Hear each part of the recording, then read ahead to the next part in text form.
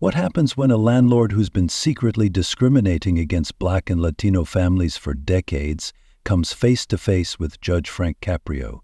You won't believe the shocking family secret that gets exposed right there in the courtroom, and Judge Caprio's response will leave you speechless. This isn't just about housing discrimination. This is about the moment a man's own grandson stood up in court and revealed the devastating truth about his grandfather's racist practices. But what the grandson says next will shock everyone in that courtroom and prove that sometimes justice comes from the most unexpected places.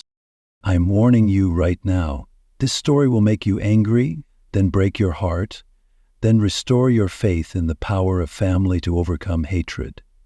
When Judge Caprio discovers what this landlord has been doing to innocent families, and when he learns about the family member who's been fighting against him, his decision becomes the most powerful statement about justice and accountability ever delivered in Providence Municipal Court.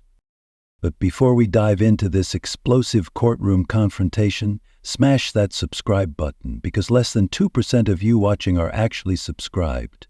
And comment below, have you ever had to stand up against racism in your own family? Because what you're about to witness proves that sometimes the bravest battles are fought at our own dinner table. It's a cold Wednesday morning in February, and Providence Municipal Court is buzzing with the usual mix of traffic violations, housing disputes, and municipal infractions. Judge Frank Caprio reviews his morning docket, noting several cases involving landlord-tenant disputes, unfortunately common in a city where affordable housing remains a constant challenge. At exactly 10:15 a.m., the courtroom doors open and in walks Robert "Bob" Sullivan, a 68-year-old man who owns 12 rental properties throughout Providence. Bob moves with the confident stride of someone who's never doubted his place in the world. He's wearing an expensive suit, gold watch, and the kind of polished shoes that suggests someone who takes pride in maintaining appearances. But here's what makes Bob different from most defendants, and this detail will become crucial to understanding what happens next. Despite his polished exterior, there's something in his eyes that suggests a man who's been carrying secrets. The way he avoids eye contact with the few Black and Latino people in the courtroom gallery, the slight tension in his shoulders when he hears Spanish being spoken. These are the unconscious tells of someone harboring deep-seated prejudices. Bob Sullivan is here because the Providence Fair Housing Commission has filed multiple discrimination complaints against him. The charges: systematically refusing to rent to qualified Black and Latino applicants, using coded language to discourage minority renters, and maintaining different standards for white tenants versus tenants of color. But guys, before I tell you about the explosive confrontation that's about to unfold, I need you to understand something. Bob Sullivan represents a type of racism that's particularly insidious, the kind that hides behind business practices and legal technicalities. And what Judge Caprio discovers about his methods will make your blood boil. As Bob approaches the defendant's table, Judge Caprio immediately notices something about his demeanor. This isn't a man who seems concerned about the serious charges he's facing. Instead, Bob carries himself with the arrogance of someone who believes he's untouchable, who thinks his wealth and status will protect him from consequences. Robert Sullivan, the court clerk, announces, reading from the morning docket, multiple violations of Providence Fair housing ordinances, discrimination in rental practices, and failure to comply with equal housing opportunity laws. Judge Caprio looks up from his paperwork with the careful attention he brings to every case. But there's something about Bob's body language that immediately puts him on alert. The judge has seen every type of defendant over his decades on the bench, and he recognizes the signs of someone who doesn't take the proceedings seriously. "Mr. Sullivan," Judge Caprio begins, his voice carrying its characteristic blend of authority and fairness. "You're facing some very serious charges related to housing discrimination. These are allegations that you've been systematically denying housing to qualified applicants based on their race and ethnicity. How do you respond to these charges?" Bob straightens his tie and speaks with the practiced confidence of someone who's convinced he can talk his way out of any situation. Your Honor, I categorically deny these allegations. I run legitimate businesses according to standard practices. I have the right to choose tenants who I believe will be responsible and take care of my properties. Race has nothing to do with my decisions. The response is exactly what Judge Caprio expected, a denial wrapped in business language designed to obscure discriminatory practices. But what the judge doesn't know yet is that Bob Sullivan's own family has been documenting his racist behavior for months, and they are about to expose him in the most dramatic way possible. Judge Caprio reviews the case file, noting the extensive documentation provided by the Fair Housing Commission. Mr. Sullivan, I'm looking at quite a bit of evidence here. Multiple qualified applicants who were told apartments were unavailable only to have white applicants approved for the same units days later. Recorded conversations where you used coded language about neighborhood fit and cultural compatibility. How do you explain these patterns? Bob's confident facade begins to crack slightly, but his response reveals the depth of his prejudice. Your Honor, I have to protect my properties and my other tenants. Some people just don't fit the character of certain neighborhoods. It's not about race, it's about maintaining property values and ensuring compatibility. The coded racism in Bob's language is transparent to everyone in the courtroom.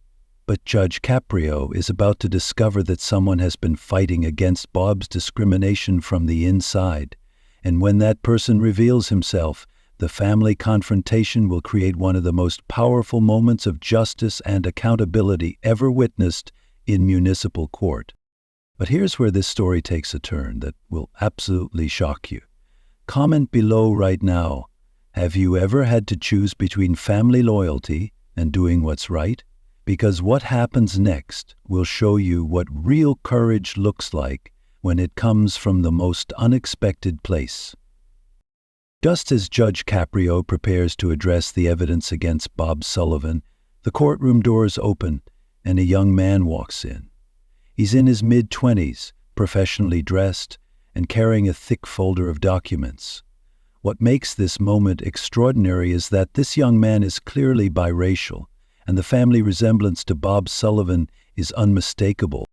Bob's face goes white when he sees the young man enter. His confident posture completely collapses as he realizes who has just walked into the courtroom during his hearing. "Excuse me, Your Honor," the young man says, approaching the bench with respectful confidence. "My name is Marcus Sullivan, and I believe I have relevant information about this case." The courtroom falls completely silent. Bob Sullivan's mouth opens and closes like a fish out of water as he stares at the young man who shares his last name. Judge Caprio looks from Marcus to Bob, immediately recognizing the family connection and understanding that something significant is about to unfold. "Mr. Marcus Sullivan," Judge Caprio says carefully, "what is your relationship to the defendant?" "He's my grandfather, Your Honor," Marcus says clearly, his voice carrying both love and disappointment. "And I've been documenting his discriminatory practices for the past 8 months. The revelation hits the courtroom like lightning. Bob Sullivan's own grandson has been working against his racist business practices. But what Marcus reveals next about what he discovered will make you understand why this case becomes legendary. And guys, if this family drama is already intense, hit that like button, because what Marcus tells Judge Caprio about his grandfather's secret practices will make you furious and show you exactly how deep this discrimination goes. Judge Caprio leans forward, fully invested in understanding this unexpected family dynamic. "Mr. Marcus Sullivan, can you tell the court about your relationship with your grandfather and what you've observed?" Marcus takes a deep breath, clearly struggling with the decision to testify against his own family member. "Your Honor, I loved my grandfather, but I can't stand by and watch him destroy families' dreams because of their skin color. I've been working in his rental office for the past 2 years, and I've seen things that made me sick to my stomach." Bob tries to interrupt, but Judge Caprio holds up his hand for silence. Please continue, Mr. Sullivan. Your Honor, my grandfather maintains what he calls a screening system, but it's really just organized racism. He has coded language for everything. When black families apply, he tells them the apartment needs additional maintenance. When Latino families inquire, he says he's looking for long-term cultural fit. When white families apply for the same units, suddenly they're available immediately. The systematic nature of Bob's discrimination is becoming clear, but Marcus isn't finished revealing the scope of his grandfather's practices. But the worst part, Your Honor, is what he says when he thinks nobody is listening. The racist jokes, the comments about keeping the neighborhood clean, the satisfaction he takes in turning away qualified families just because of their skin color. Judge Caprio's expression grows more serious as he processes the testimony from Bob's own grandson. Mr. Marcus Sullivan, what motivated you to document your grandfather's behavior? Marcus's answer reveals something beautiful about generational change and moral courage that will restore your faith in humanity. Your Honor, my mother is black. My father is Bob Sullivan's son. I grew up experiencing racism from strangers, but I never thought I'd have to confront it in my own family. The courtroom gasps. Bob Sullivan's own grandson is biracial, and he's been discriminating against families that look like his own grandchild. Your Honor, Marcus continues, when I started working for my grandfather, I thought I could change his mind gradually. I thought if he saw how hardworking and responsible these families were, he'd realize his prejudices were wrong. But instead, I watched him systematically destroy people's hopes for stable housing. And I couldn't be silent anymore. But here's where this story becomes even more incredible. Because what Marcus reveals next about a specific family his grandfather discriminated against will make Judge Caprio's final decision the most powerful statement about justice and family responsibility ever delivered in Providence Municipal Court. Marcus reaches into his folder and pulls out a recording device and several documents. Your Honor, I have recordings of my grandfather's discriminatory conversations, copies of applications he rejected based solely on race, and documentation of his different standards for different applicants. Bob Sullivan finally finds his voice, and his response reveals the depth of his racism and family dysfunction. Marcus, how dare you betray your own family? After everything I've done for you, this is how you repay me? Marcus looks his grandfather directly in the eyes with a strength that shows this confrontation has been building for months. Grandpa, you taught me to stand up for what's right. You just never thought I'd have to stand up against you. Judge Caprio realizes he's witnessing something extraordinary, a young man choosing justice over family loyalty and doing it with love rather than anger. Mr. Marcus Sullivan, can you give the court a specific example of your grandfather's discriminatory practices? Yes, Your Honor. 3 weeks ago, a black family, the Johnsons, applied for a 2-bedroom apartment on Elmwood Avenue.